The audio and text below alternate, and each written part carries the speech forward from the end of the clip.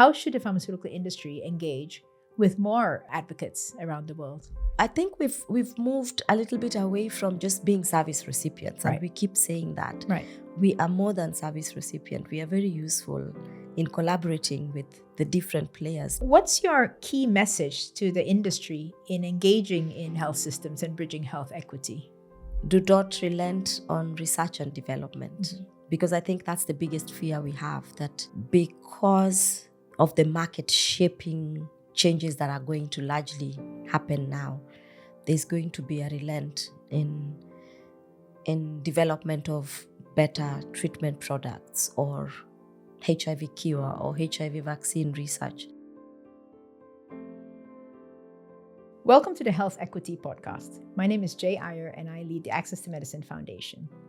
In this series, we bring together leaders from around the world who are looking at solutions to driving change and bridging health equity gaps globally.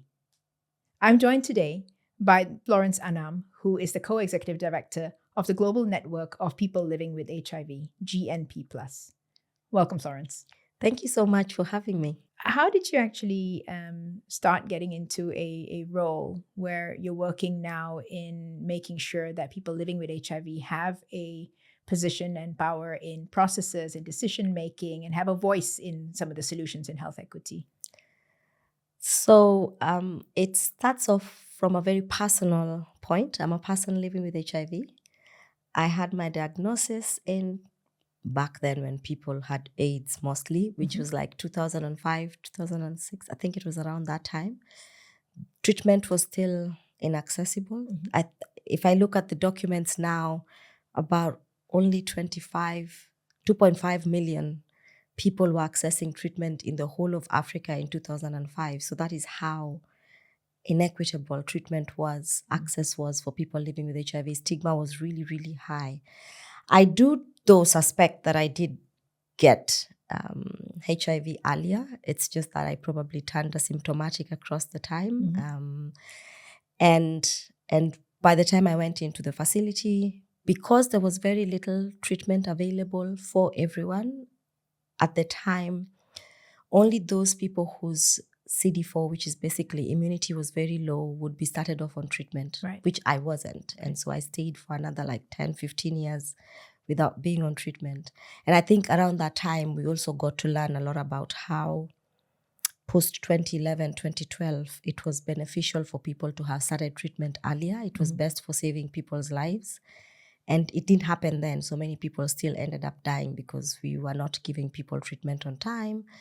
And a lot of other things, of course, socially affecting people living with HIV. So I started my work in 2007 into the field, very little community organization that I happened to just stumble into after I lost my job in corporate, which is where I was. And at the time, because of the stigma, once they found out my status, I was let go. And I started my work from that community place to national to the global space I'm in now. So I like to call myself the sector baby because I grew up in every parts of it. So you've faced stigma yourself, you faced discrimination yourself. How does your work ensure that you're bridging health equity gaps and reduce that stigma in populations? I think two ways, and it has to start from where I probably started my work. We for many people living with HIV, especially at that time, people only knew of one story of HIV. You were sick, then you were thin and looked horrible, and then you died. And then there was this new crop of people who went to test anyway, because I did, because there was lots of billboards at the time asking people to get tested. So we were not ill, and there's just very few of us without knowing what to do because we were not showing the normal story of HIV at the time. And I think for many people living with HIV, different that have worked in advocacy, it has always been to use our lived experience and our stories, first of all, to shape the narrative of what HIV is and it isn't, and to give hope to the many people who probably are sitting with the narrative that they got from the media or from their community. And so we've helped to sort of debunk myths and misconceptions about the disease, to motivate particularly people to get tested on time. And my story was one of those. If you get tested early, you don't have to be sick. You will get to live your life, and then you will just have a constant, normal, healthy, quality life. And I continue to do that. But at work, primarily, it's also been to use our advocacy and our lived experience stories packaged well in data, in processes, to help shape policies, programs as they're getting implemented, to also highlight or alert, particularly for treatment where there are adverse effects and things like that, where there are stockouts. And so working collaboratively with different multi-stakeholder leaders to ensure that services reach people in a way that is responsive to their needs. Yeah. And can you give a couple of examples of how people with lived experience can really engage with processes, global processes, national processes, policy making, changing investments, changing diagnosis, changing treatment, and really lead to better outcomes? Can you give a couple of examples of things you worked on? Yeah, so I think, let me start from the global level. I think one of the things I love about the global level and engaging with the treatment work is I've been, since 2015, sitting in the WHO treatment guidelines development group. And it's like that high level normative guidance group. The first time I think I was fidgeting, reading 1 million documents, not understanding all these PICO questions and what they are. But over time, and a lot of coaching later, having to understand the process. And this is how studies are presented and decisions are made about what treatment will be recommended for use. So that happens at the global level. And then that treatment will be, that guideline will be adopted at country level. And then you see how it shapes different things: access, pricing, availability for many people. But as we sit at the global level, and I'll give 2 examples which are interesting. So in 2012, I think 2013, my boss at the time when I worked at the national network was sitting in the GDG. Mm-hmm. I was just an advocacy officer, but there was going to be a shift around 2015 in the strategy, moving away from people starting their treatment when their CD4s were at this XY to test and treat. So we were moving into that. And the guidelines were getting formulated around making that decision. So we got to know that because I sat in that office and we did a lot of work for community preparedness. Right. There's going to be a change. Please take the medicine when they come. Don't wait until, just do as the doctor says, it will be useful. So they're guided through the change of the guidelines. Yes. Yeah. But so that was one, and that was a very good example of how that preparedness was useful for quick adoptions. And Kenya was one of the first countries that actually domesticated the guidelines from WHO into country level and quickly put people on, transition people into a test and start regimen.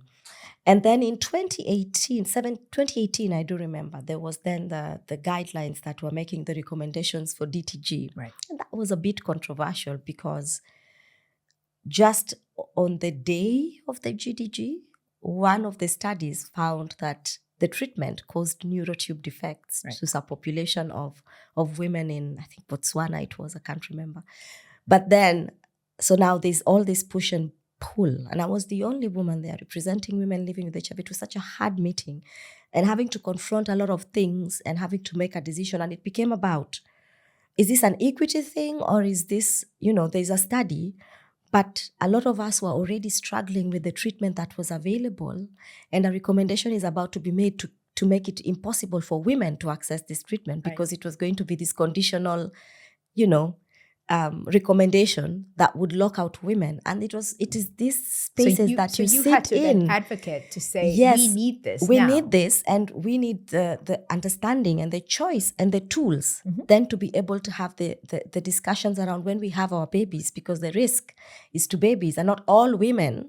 And I think that time we were using the word women of reproductive age, and we had to counter that and change into the whole of WHO treatment guidelines. And now you have women of reproductive potential, because not all women aged 15 to 45 are of reproductive age, and all have to be, in this blanket approach. So it's things like that that happen at the global level, but then would actually go into country level policies, and then the treatment will get to the people with the kind of guidelines that you need. So we put in language around respectful treatment, person-centered care, understanding women-specific issues and needs into those conversations that I think since I joined in 2015, I've watched graduate guidelines to be more people-centered.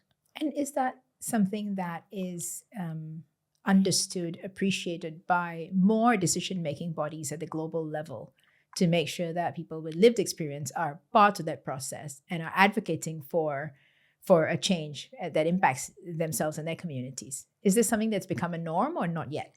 I think in the HIV field, yes. I don't think broader health, but for HIV, and it's been because of the advocacy by people living with HIV or impacted by HIV wanting to participate, putting themselves out there to learn and engage. It's a lot of very many documents to read, and it's also very intimidating spaces. But with support from funding and donors, we are able to ensure there's core staff that are particularly investing their time and energy to understand this process, to participate in them, challenging the process to be more inclusive, challenging the process to expand representation, because, sometimes it's just one person. I think coming out of that experience I just talked about in 2018, in which there was just only 2 people in the whole of GDG representing lived experience. Now you have 5 or more per GDG. So it's challenging as we go through. But I think for HIV, we've made a lot of great progress. There's lots of community of practice, particularly with research and engaging with pharmaceuticals. There's community advisory boards now, CABs that support research and investment into research for treatment and pharmaceutical or diagnostic products. So all of these things have been useful because, again, when we know in advance, we do preparedness, we are able to do advocacy that allows for faster registration at country level, demand creation that would probably shift the market, because we want a particular product. And I think that was very useful in the transition of our access to TB preventative therapy from isoniazid to 3HP has been more because people living with HIV saying, we want a shorter duration regimen. There's this opportunity, make it possible for us to access it. That we saw change the pricing, change access and things like that. So how should the pharmaceutical industry engage better? Because in not all areas is there a patient advocacy group that are speaking about the needs and are able to also do the downstream activities to ensure that faster registration is in place, the guidelines are actually implemented, or engaging the communities. How should the pharmaceutical industry engage with more advocates around the world? I think it's to find patient groups. I will say that because it's easier for people to identify as such. And there are many. People come together on different aspects. I think if you go to the NCD's field, there's also NCD alliances all over the world. And depending on what you're dealing with, I think there has to be that intention, and the intention should be in your processes. So there are processes that allow for community to engage from the start, not in the middle, to help define whatever plans you have, to understand what you should consider as you're thinking different things. There's a lens from which we come. And usually it's because we just bring what our end user needs would be. And I think that is enriching. I think sometimes many people are shy of doing this because then it slows down the process. You're not moving as fast enough. But I think I want to say that over the years, I have watched the investment that has gone into supporting and building patient groups has resulted in a different quality of people coming into the advocacy space. So I'm not who I was 20 years ago. I mean, I started this work going into meetings to just talk about how I got HIV, how you shouldn't get, what you should do, what to look out for, and how to stay alive. But I think now we sort of understand how to navigate different pieces. We find opportunities to keep up with the time. Of course, if you would sit as a couple of researchers and doctors and it takes you 3 days, you need to give us a couple more days to get to what it is. But we do get there. And I believe it's a better investment, particularly for ensuring there's that collaboration through to getting to the end user, accepting, using the product, but also being able to give you real-time experiences and quality feedback on what the product is for them. You've actually worked with the Global Fund, the Paediatric Rome Action Plan on HIV/AIDS, where priorities are agreed globally and worked on by different actors all around the world. What lessons can listeners and those engaging with the industry get from this on how they can invest better, participate better, and advocate for bridging the health equity gaps? I believe in many ways it's easier to get global commitments. Mm-hmm. And once you have those, then it becomes easier to translate them at country level, because then you're able to, at global level, people join together. There's less politics, there's broader solidarity. The global space is full of solidarity, and everybody brings their expertise and their opinions, and we come in and build. And that's why I like the Vatican, the Rome Action Plan. And then out of that, different people, because we all want the same thing, to create a better world for children and ensure we end AIDS deaths and deaths from TB and malaria. So what I have found useful with the Global Action Plan is there's actually tangible activities that each player brings in. But broadly within the Global Fund, I think what has been, and the Global Fund continues to be one of the instruments that brings in different countries towards addressing HIV, TB, and malaria. And we know it's a very typical cyclical project, process that we know every year, 3 years, we have a replenishment. Then we write our national proposals for different countries in different buckets. And these processes are very engaging at country level. And over time, we have really asked for, and we continue to have different opportunities for community to engage. So I'll give an example. So in a replenishment, for example, now we are in a replenishment, we work together to advocate for a fully funded global fund. And I don't know about this year's, but the previous years has been very collective, different people. We also talk to our governments, because domestic financing, particularly for governments in low and middle income countries, plays a big part into going into the fund. And that's where our country colleagues work the best, to talk to governments, to make a case for this investment and why it's important. But at the global level, the guidance documents are developed. So like the HIV notice, note on how people will write their proposals and different things. In the GC7, I do remember with a lot of engagement through the community component of the board. So we have a community delegation to the board of the Global Fund, who are the governance body representing people with lived experience from the 3 diseases, inputting networks like ours, GNP Plus and others. We got to have what is called the community annex. And this is for every country. They needed to put in different things. And then there was an annex that was for interventions that are supposed to be led by community. So this was new. And so everyone had to put in the different components in which their community would engage within the Global Fund. So aspects around engaging differentiated service delivery, demand creation, peer education, all of these pieces of work that would normally not be funded because no one knows what it is and what to do with, had to be primed with guidance, notice, and everything. So it's different parts. And we have community representatives sitting in TRPs and they're reviewing documents. So it's this tiered approach in which we also know what the system looks like, and we are able to alert each other, be it the board or wherever. And then we also have community representation in the country coordinating mechanisms, the CCMs. So this web and network all speaking together, all working together, and networks like ours just bringing all the leaders so that we are aligned on the asks has been useful to making sure that the policies, but then also the work and how it will be implemented serves the people and bridges on the gap. But it's also realistic to the real needs of everyone.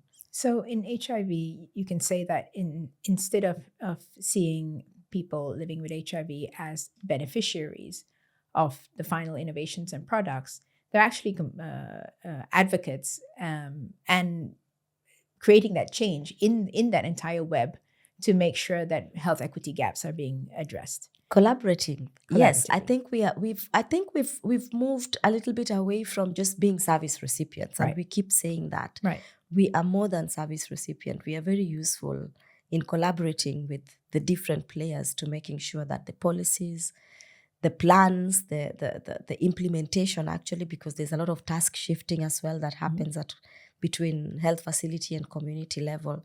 So we are literally active players in the whole sector. So in our research, we found that while there has been progress made in terms of innovations reaching populations in low and middle income countries, the scale and scope of where access is in place is still far from matching the need in that sense, often because of market issues, because of the fact that the industry prioritizes high-income markets or larger markets where there is a functioning market in place.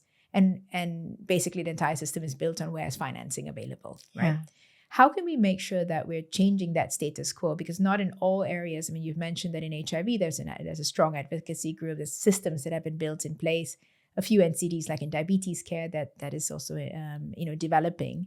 But we don't have the luxury or the ability to create a system for each and every disease area. Exactly. And we can't keep relying on the fact that the scale and scope is actually going to fundamentally change to address that health equity gap. Any key lessons that we're learning from your experience from the HIV space that we can apply to other disease areas or across disease areas? I think two things. One is we need to believe in the fact that patients are different now. Before, we sat in the health facility and waited for people to come to us. It doesn't work like that anymore. People are looking more for self-care products at point of need products. And because of digital opportunities, information is also getting to people at different times. So I think it's also looking at who's the patient now. They're not the patient that existed 20 years ago. And they are looking at, there's a lot of investment now in ownership of one's health. There are more people in a gym or trying to see how they eat, or there's a lot of content online of that and to follow that, which brings me to the second thing, which I believe even HIV is having to learn the hard way, is we have to go into integrated service delivery models, because that will expand then the opportunities for ensuring availability is accessibility. Because sometimes when you do vertical disease approaches, we have a lot of things that look available, but they are not accessible for all, because across these different vertical services, people get lost. There is mistimed or delayed opportunities for diagnostics or for integrated services, etc. But I think, to my first point, in changing that, we have to expand a lot of community level into household interventions. So there are opportunities now for making products accessible to people at point of need and not necessarily in the health facility. And that will require a lot of investment in knowledge-based treatment literacy or health literacy, or opportunities for understanding where those self-products or self-care products are and tools are, be it for testing, for monitoring, for screening. And I see a lot of opportunity for improving accessibility at community level that remains untapped till now. I'll give an example. I work from the village, by the way. I live in Kisumu, which is like on the western side of Kenya, but it's the village. Around me are like 3 health centers, which is primarily like level 1 primary health care you can think of. But now those remain very inadequately serviced. So most of the people will have to not go to the facility or have to be burdened by having to go to the next level. And we are all burdening level 2, level 3, etc. We don't have to. If we all had the awareness and the understanding of using our advocacy to ensure that our leadership is making the health center well equipped. And I see that as an opportunity for HIV. So when I hear HIV integration, that's where I quickly go. All of these 3 facilities with me and the people that are around me are all a kilometer or 2 away. That's a walkable distance. And if they have the base, if you have a nurse there for HIV, for us to go and get our ARVs there, they are going to triage. They won't only triage people living with HIV, they'll triage everyone else. You're going to follow other things. So I think for me, it's how do we equip the place where it's most easiest for people to go to, and how do we use that and task shifting to get information, products, and tools to people, and in a way that if we are really thinking about universal health coverage, it doesn't burden people economically and socially. So there's a lot of investment now in looking at primary healthcare, and Yeah. primary healthcare has different meanings, whether you're talking about the health centers that you were just speaking about, or whether you're talking about a primary health facility that's still miles away from where populations live and only accessible to a few groups in that sense, right? And that's of course due to geographic distributions of where primary healthcare centers are. Do you think that the primary healthcare agenda in Africa is understanding of the different levels of needs of the primary healthcare system? I yes and no. I think there is an understanding. Yeah. But I don't know if there is the will to allow for it to organically happen as it should. I'll explain. I think we have, I'll use HIV as well, or maternal and child health. I think we understand that communities usually always have their own solutions and will figure out a way to deal with their issues. But we come in and we want to be a part of it in a way that we must also control it, particularly from the global sphere. So for instance, I'll use the example of traditional birth attendants who have been useful and can be useful to bridge the gap of access to safe deliveries by mothers. But it's sometimes supported, then it's not. It's sometimes organized and the information is given, but then sometimes it's not. So it's not consistent. There's no consistency. There is an investment, again, because it's programmatic, vertically done, it's on, it's off. And you have moments when it's working and moments when it's not. So that's why I'm saying I think there's an understanding of it, but there is no intentional investment into ensuring that those systems remain consistently there. So for 1 minute, there is a good platform that has a very good line between the health facility and the community. Because if we really, really want to have a primary healthcare system that is functional, it has to be realistic to the needs of the people. And for many people who are living, if you're living in a place that the health facility, the nearest health center is far from you, chances are poverty is your everyday experience and life. That is the reality. So your healthcare doesn't become the priority of seeking it. So we have to make sure that the facilities or the tools you need are closest to you, because you will not do an investment in transportation to go seek the healthcare. And for me, this part consistently remains the most underserved. People don't talk much about, even now, people continue to not talk very well about investing in community health service delivery models. In all our ministries of health, they remain the department that is not well resourced or planned for. And even for governments, they do the best they can, but it's volunteer work, it's never well organized, but that's where you're going to actually reach people. Okay, but then a controversial question comes in. How can the industry change that? How can they play a role when they're waiting for the governments to invest in the primary healthcare system in order to ensure that there is a way for products and services to actually reach patients? Can they play a role at that level? I'm thinking of the best way to answer this question. Let me tell you what I think to this question particularly. So I sit here and I ask myself every day, in this new change, which we are about to talk to, with the global health architecture or governance or whatever it is, what would be the role of people living with HIV? And I sit here and I'm thinking about it constantly. What would we bring to the table? And I say it to a lot of people, and I think I'm probably thinking far ahead of my time, but I say it to a lot of people, we're the people taking the treatment. Yeah. It would be silly for manufacturers to not produce the quantities they were producing before January 20th because the system has collapsed. Right. Because ultimately, if the production goes lower than what was there before January 20th, if we get into an integrated model with a UHC model, whatever it is, that cost is still going to come to us somehow.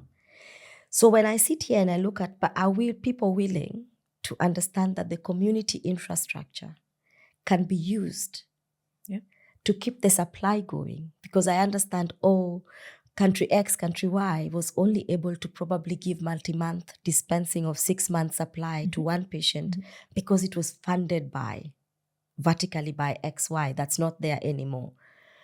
But is there a willingness to trust the community as a pickup point, as a way to ensure that the supply continues? Right. And so what would pharmaceuticals need to do? I think there is social capital pharmaceuticals have with governments, with policymakers like WHO, etc., that can expand these opportunities. Right. Use the existing networks, use the relationships. I like to say Africa has one of the most interesting private facilities possible. They're not like your splashy private facility. It's like some guy in the middle of a place with just one CO, but it's and people will go there before they go to the health facility. Right. Many of us who are taking care of our parents who have diabetes or whatever, NCD, we don't take them to the health facility. We take them to the private person next to us. Right. That's a system that can be used to make sure that the ARVs are there and we all don't have to go and burden the facility. But I don't think there's appetite yet. And maybe we are still too early in the whole confusion. But I see a lot of opportunities that community can help create solutions for supply chain, for making products available for people, for demand creation, for creating opportunities for self-care products, because we can use them and ultimately be able to live better lives. And these are the things that would definitely create better health opportunities for all. Yeah. So women make up a large proportion of the healthcare workforce and often don't necessarily get a equal pay globally, or the opportunity to train themselves to better serve populations. Is this something that is evolving and changing in low and middle income countries in order to serve communities better? And in which ways can the industry actually support that? I believe it's different from when it was 20 years ago, but not very much has changed. I think first and foremost, women find themselves in this situation because women mostly go to the health facilities for themselves or for their children. So within the health facility or for their aging parents, you're mostly going to see women because they are carers and nurturers in this environment more. And because women naturally come together and the infrastructure of health service delivery creates opportunities for women to come together, health talks, mother and child talks, and all of these things. So there's a lot of social capital or social convenings around healthcare that are done by women. So in a sense, the work then becomes mostly voluntary. Right. It's funded, it's not funded, it will take place. They will find self-proactive ways of meeting in so-and-so's house to discuss about this and that. My friends and I are on WhatsApp groups telling each other what to take and what not to take because of how we feel. I think it's a women thing. So I think that inequality starts from the fact that women will do certain things because they are women. And if we don't factor processes that provide for identifying aspects of who we are as work that needs to be paid for, that will constantly remain unpaid for. Right. So if it's not paid for, if it's not counted, because again, that is never counted. For the longest time, even the work that we do, we struggle to actually quantify, because I can sit here and tell you how many lives have changed, but I can't tell you to what degree, or for communities, most of the time, it's been difficult to calculate primarily the influence or the impact of all the interventions that are funded for community work to do, but it's there. So similarly, if we don't have very clear indicators for what women are doing or what community work is, it becomes difficult to fund it or to resource it. If it's not resourced, then it continues to not be paid for. And that's the dynamic of the health systems. So most of it is done, but because it's not in a process, it's left at the discretion of whoever is available to fund it. Do you think that the pharmaceutical industry actually knows how to engage with communities in an effective way?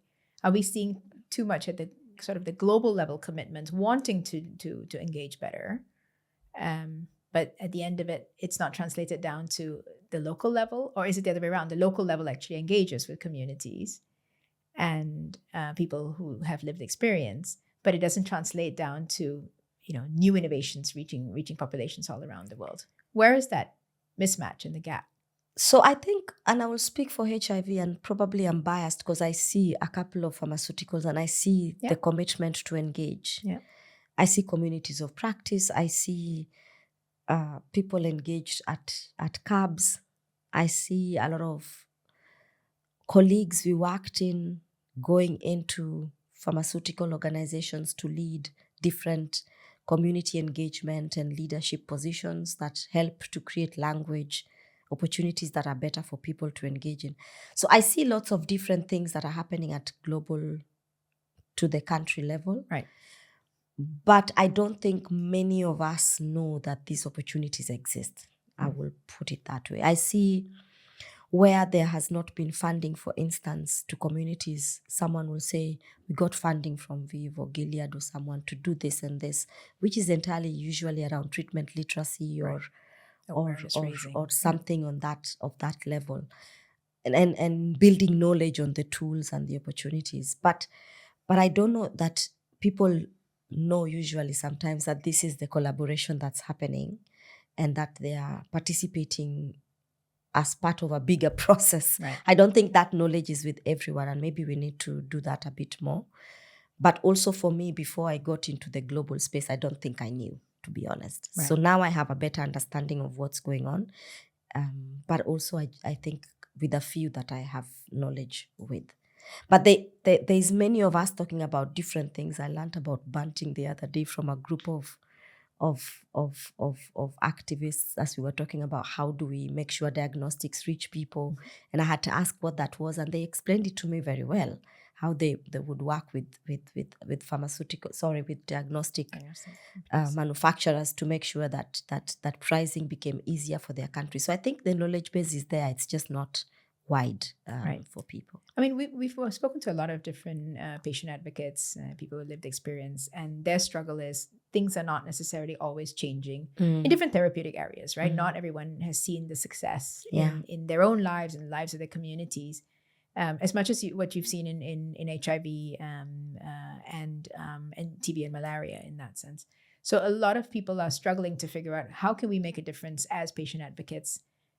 We're still describing and redescribing the need again and again and again, and the burden on us, but we're not able to convince people to invest more, not even in our own countries, not internationally. How can we change that narrative in a more concrete way? Because you have to increase awareness, you have to increase investments, but there's a lot to do. I think there's a lot to do, but also I think, and this is a challenge to us as well, what do we do? I think sometimes we say many things, but we don't break it down to what we do. I'll give an example, which is a challenge we have now. Every time I walk in, I'm like, okay, it's a different world now. Everyone has to pitch. If we are to pitch, what are we going to do? Because everywhere you walk, you hear these words, community must be at the center. What does that practically mean? How do you fund community at the center? What is it? What is it at the center doing? So I think because and I'll use this as from the HIV side, even in the global AIDS strategy that is getting reviewed now, and we are going into a new one process right now. The previous one, this one currently ongoing, there were no indicators. There literally is a target for community leadership and engagement. 30% of testing has to be done by community, 60% of treatment, 30, 60, 80, it's there. Right. But the actual indicators in the GAM that countries are supposed to report to, missing. Okay. So we will have gone through another 5 years, and you will struggle to see what then did communities do, because that process did not get to a process where it breaks down what the indicators are that governments would report to. So if you're an investor, why would you invest? Because you don't see. Yeah. So I think sometimes for me, I would love to talk about what the pharmaceuticals should do, but I think we haven't also done a good job of defining what the work is, what are its indicators, how do we want to cost and invest it. We do it in small buckets, but it becomes difficult to sell in a very coherent way. I mean, in our research, we've also indicated that many of the progress that's been made by the pharmaceutical industry and their partners on access to medicine has been heavily driven by areas where there's a lot of donor support or a lot of private investment coming in from philanthropic support in that sense, right? And we're now at a pivot point in history where that architecture is evolving. Yeah. Right? Many members around the world are worried about what this could mean for all the systems that have been set up. And on the other hand, many populations around the world are basically saying, we never had help anyway. So what should we do about this situation? And how can we make sure that the pharmaceutical industry and patient advocates are remaining engaged in solving the situation? I think we are going through a systemic change. And for anyone who would like to be part of the system, you have to be part of whoever, because there's typically different people arriving at different things at different times. But you want to be among the people who are quickly moving the ship along to reimagine and readapt. And currently it's being led a lot by governments currently. And I think that would be the anchor for particularly diseases and disease response moving forward. I don't want to think about it as mostly just HIV, TB, or malaria. I think it will be broadly about the health system.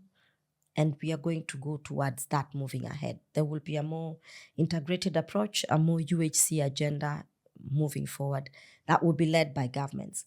So what can we do? I think that ownership has to be taken back to the localized level and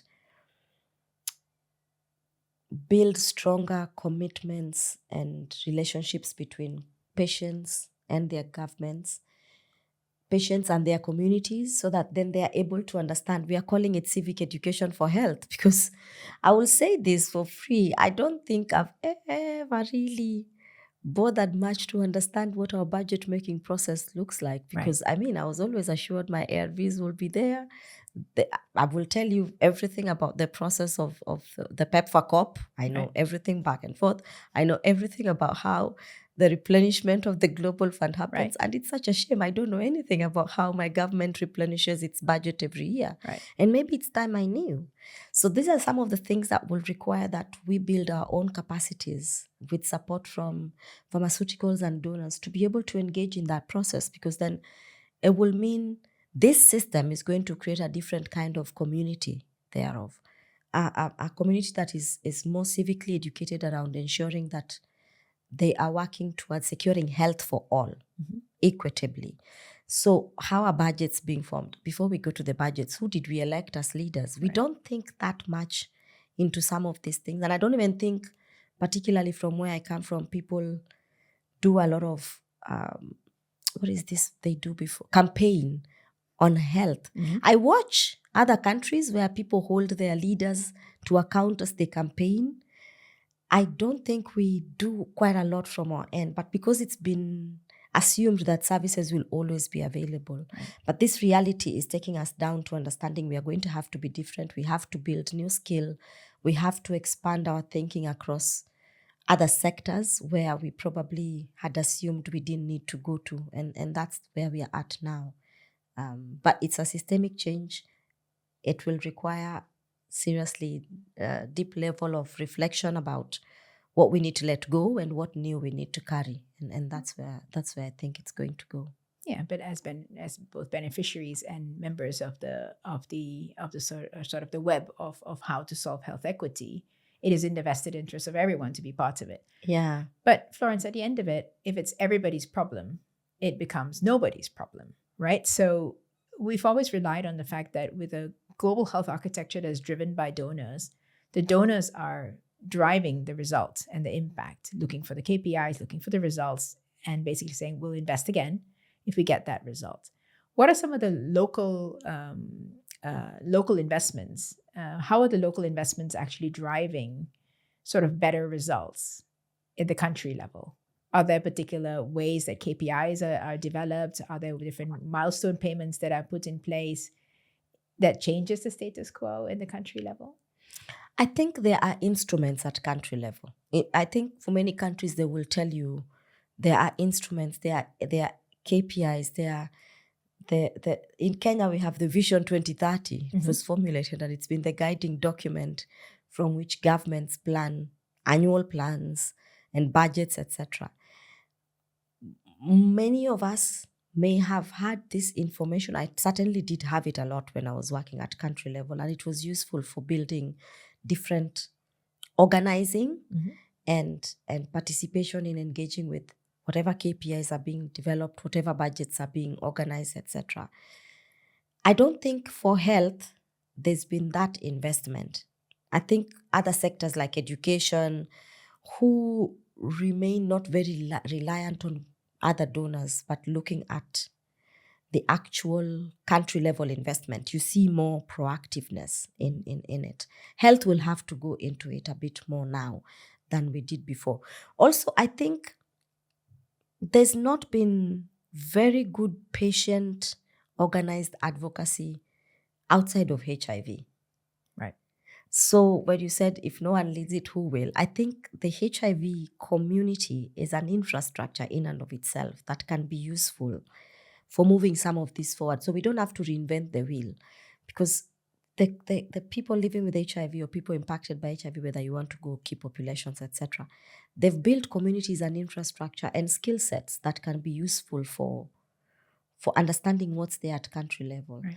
I think what we've not been able to do a good job of is to engage within the processes so that as they are being organized and developed, there is an understanding of what they are. We have a collaboration around what is being agreed on at country level, so that then we can engage in monitoring and evaluation and ensuring that we hold our leaders to account at the end. And that part has really honestly not been happening. Right. So if we invest more time in understanding the process, participating in the process, and I don't like to go far the same way we've been doing with the COPs and the Global Fund pieces, move those infrastructure into local level, Right. because the instruments and the documents are there. It's just that I don't think we've engaged with participating, interrogating, and where there's no accountability, of course, people will do just the bare minimum, I feel. Right. And taking the responsibility for solving this health equity gaps. Yes, and understanding it's our own civic duty. It's not. Yeah. It's beyond a job. If we are all here passionate about ensuring equity in health for all, then that's where we should go. So what's your message to patient advocates all around the world on how they can get engaged on really getting involved in policy changes, in treatment guideline changes? I mean, not everyone will get invited to committees and be part of stakeholder groups. How can they get more engaged so that they have the power to change the status quo and also be heard by the pharmaceutical industry and political powers that be to be part of the solution? I have a very Gen X answer to this question, which not very many people like. Just go. I feel like every time I hear young people say there's no space, and I sit down, I'm like, I don't think anyone ever gave me space. No. I don't. And even now, people will tell you, I don't ask for it. I just come. I will read. I know something is happening. I will bring myself to it. I blogged to make people understand there was a community of women that had an experience enough for me to be invited into something. So I always say be on the move. And I think it's to understand. And I find this quite surprising. I've never walked into any door to ask to be included, and I've been asked to leave. Yeah. So if you know that there's a process and you go and engage with it, even now as I'm speaking, I am talking to many people who networks at country level. And I'm like, go talk to your people and tell them you want to tell them what integration would look like for people living with HIV there. And there's a welcoming of, okay, show us. So I think there's this, and maybe it used to happen where there was this mistrust between governments and people. And where it is, we have to figure out how to build it. But I don't think that there will be a space available. We have to identify whatever it is we want to help achieve. You have to have a plan, so please put it down so that it's very clear, and you have to be consistent with it, and you have to figure out the process. So again, advocacy is completely different from activism, which I like to say. They both are important, but I kind of lean on I need to see the process so that I understand the process, so I see what changes I can make in the process. Right. And that's been my goal. Usually those are a bit tedious because you have to read a lot, but it's been where I silently have maneuvered and made more wins, even if it takes time than the actual activism, which many of us prefer. You brought up the point on trust, right? And the pharmaceutical industry has been sort of bottom in terms of the sectors that is trusted by populations. Like Gallup polls from years ago, and even the current Gallup polls show that the pharmaceutical industry is not very well trusted by the populations around the world. We're sitting in an era where trust is broken between communities and governments. We're sitting in an era where there's many polarized views from different governments also not trusting each other. How can we rebuild this trust? Because you cannot solve health equity gaps without building back this trust. I think there has to be people who are willing to organize dialogues and movements towards that trust. Mm-hmm. And trust is, you can't see it. You have to actively engage in things, and people see how you work enough to be able to build it with you. And it must start with the dialogues where, and that's what we are telling each other as people living with HIV. We recently had a summit with about 80 people, and that emerged as one of the things GNP Plus was tasked to go help us build trust with our governments. Mm-hmm. And we had to sit down and ask ourselves, so what kind of proposal is that? Like, if you were to write a proposal to a donor, what does that look like? And it still came down to 3 things. We are going to have to talk to our governments about budgets, mm-hmm. come into the process, and then engage a little differently. So that means we shift our mindset about how we want to engage with our governments in a more collaborative way, less antagonistic way. So it's going to be moving closer to each other, but wanting to work differently, because we are in a different moment now. If there's anything that the last few months has shown us, is we all get affected when a shift happens. Right. It doesn't matter who's where, pharmaceutical or the community or the government. Everyone is currently affected. Yeah. Equally, if not majorly, for all of us. And if we really want to get back on track, we all have to come and work together. And in that working together, if we choose to work differently, I believe that trust will be built. And the example that you gave earlier on the Paediatric HIV Rome Action Plan, it's a platform where different sectors actually come together. And after years of working closely together, years of stating commitments and working on those commitments, you really build a lot of trust. Absolutely. And if we can create systems like that across disease areas or in an integrated manner, we can build this back again. Yeah, because there's clarity of purpose. Yeah. And there's clarity of what it is we are going to do. And people keep to their commitments. Right. So what's your key message to the industry in engaging in health systems and bridging health equity? I think my key message would be, do not relent on research and development. Mm-hmm. Because I think that's the biggest fear we have, that because of the market shaping changes that are going to largely happen now, there's going to be a relent in development of better treatment products or HIV cure or HIV vaccine research. And I think that worries many of us, because that progress has always been how we keep hope, if I may say. We came from a plate of medicines to now one medicine to there's hope for an injection every 6 months. Right. And now we don't know where that is, right? And so we are watching with all, like, will we get to the injection in this lifetime? And so that's that. There's been progress a lot in the discussions around a cure, and then now we don't know where that is going. So for me, it would be not to relent on R&D. It would be important that as we go ahead, both for prevention and for treatment, that we keep that invested and going. I think in terms of ending equity, and I will always say this, pharmaceuticals are respectable members of the health system. People listen to you, you hold and wield power, and that can be positively used to shape the opportunities for community and patients to engage within structures of health systems delivery. And it would be important that you hold our hand even as we also try to find our way in this new world order we are all in. Thank you, Florence, for all your insights and for working on some of these solutions and engaging the industry on these points. Thank you so much for having me and for all the work that you all do. Thank you. In today's episode, we've learned a lot about how people with lived experience and patient advocates engage on access and help bridge some of the health equity gaps worldwide. Florence has told us a bit about how her work has challenged processes in representation of patient advocates in global processes, in local processes, so that we're actually improving the system so that we can deliver better care in low and middle income countries. A key message that came out today is, as an advocate, you should not sit back. You can get acquainted with what the status quo is like. You can get educated, improve your awareness, and just start asking questions. Start getting engaged. Don't wait for something to happen. And as industry, there's a lot to do. And there's a huge potential and many opportunities in bridging some of the health equity gaps and making sure that more patients around the world have access to your products, your services, and your knowledge. Thank you for listening.